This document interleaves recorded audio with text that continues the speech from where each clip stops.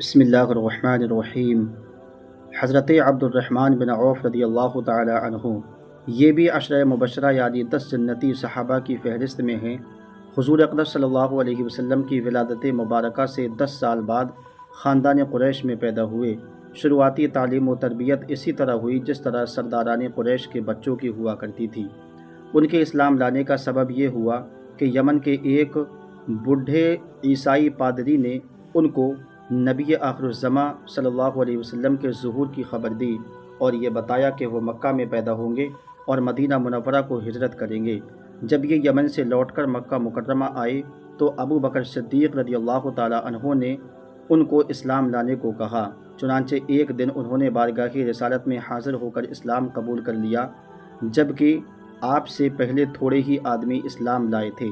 چونکہ مسلمان ہوتے ہی آپ کے گھر والوں نے آپ پر ظلم و ستم کا پہاڑ توڑنا شروع کر دیا، اس لیے ہجرت کر کے حبشہ چلے گئے۔ پھر حبشہ سے مکہ مکرمہ واپس آئے اور اپنا سارا مال و سامان چھوڑ کر بالکل خالی ہاتھ ہجرت کر کے مدینہ منورہ چلے گئے۔ مدینہ منورہ پہنچ کر آپ نے بازار کا رخ کیا۔ چند ہی دنوں میں آپ کی تجارت میں اس قدر خیر و برکت ہوئی کہ آپ کا شمار دولت مندوں میں ہونے لگا، اور آپ نے قبیلہ انصار کی ایک خاتون سے شادی بھی کر لی۔ تمام اسلامی لڑائیوں میں آپ نے جان و مال کے ساتھ شرکت کی۔ جنگ احد میں یہ ایسی جابازی اور سرفروشی کے ساتھ کھڑے کہ ان کے بدن پر 21 زخم لگے تھے اور ان کے پیروں میں بھی ایک گہرا زخم لگ گیا تھا، جس کی وجہ سے لنگڑا کر چلتے تھے۔ آپ کی سخاوت کا یہ عالم تھا کہ ایک مرتبہ آپ کا تجارتی قافلہ جو 700 اونٹوں سے مشتمل تھا، آپ نے اپنا یہ پورا قافلہ اونٹوں اور ان پر لدے ہوئے سامانوں کے ساتھ خدا کی راہ میں خیرات کر دیا۔ ایک مرتبہ حضور اکرم صلی اللہ علیہ وسلم نے اپنے صحابہ کو صدقہ دینے کی ترغیب دی تو آپ نے 4000 درہم پیش کر دیے، دوسری مرتبہ 40,000 درہم اور تیسری مرتبہ 500 گھوڑے اور 500 اونٹ پیش کر دیے۔ بوقت وفات 1000 گھوڑے اور 50,000 دیناروں کا صدقہ کیا، اور جنگ بدر میں شریک ہونے والے صحابہ کرام کے لیے 400 دینار کی وصیت فرمائی، اور ام المومنین حضرت عائشہ صدیقہ رضی اللہ تعالی عنہا اور دوسری ازواج مطہرات کے لیے ایک باغ کی وصیت کی جو 40,000 درہم کی مالیت کا تھا۔ 32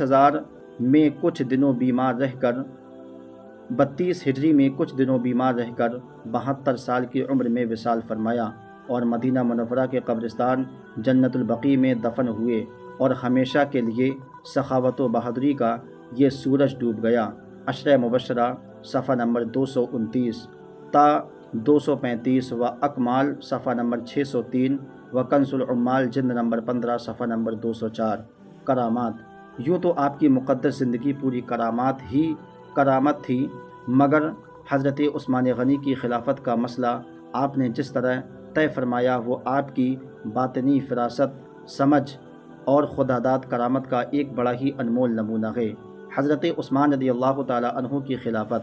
امیر المومنین حضرت عمر نے وفات کے وقت 6 جنتی صحابہ حضرت عثمان، حضرت علی، حضرت سعد بن ابی وقاص، حضرت زبیر بن عوام، حضرت عبد الرحمن بن عوف اور حضرت طلحہ بن عبید اللہ کا نام لے کر یہ وصیت فرمائی کہ میرے بعد ان 6 شخصوں میں سے جس پر اتفاق ہو جائے اس کو خلیفہ مقرر کیا جائے، اور 3 دن کے اندر خلافت کا مسئلہ ضرور طے کر دیا جائے، اور ان 3 دنوں تک حضرت صہیب رضی اللہ تعالیٰ عنہ مسجد نبوی میں امامت کرتے رہیں گے۔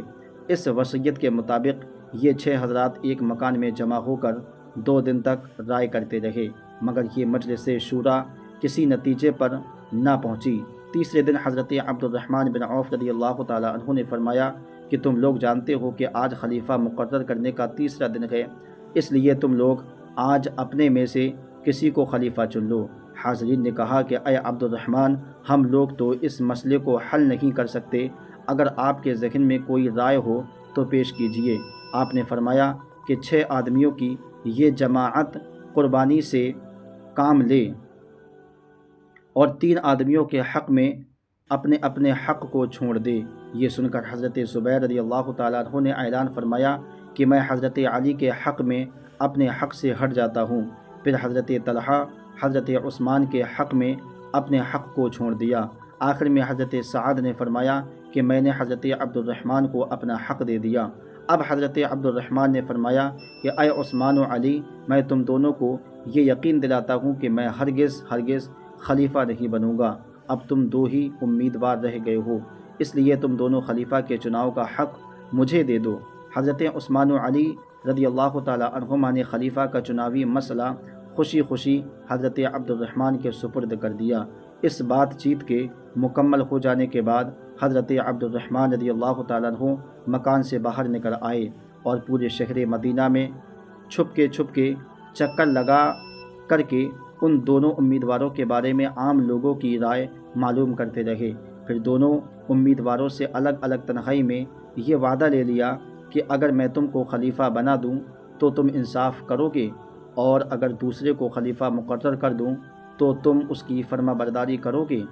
جب دونوں امیدواروں سے یہ وعدہ لے لیا تو پھر آپ نے مسجد نبوی میں آ کر یہ اعلان فرمایا کہ اے لوگو، میں نے خلافت کے معاملے میں خود بھی کافی غور و خوض کیا اور اس معاملے میں انصار و مہاجرین کی عام رائے بھی معلوم کر لی ہے۔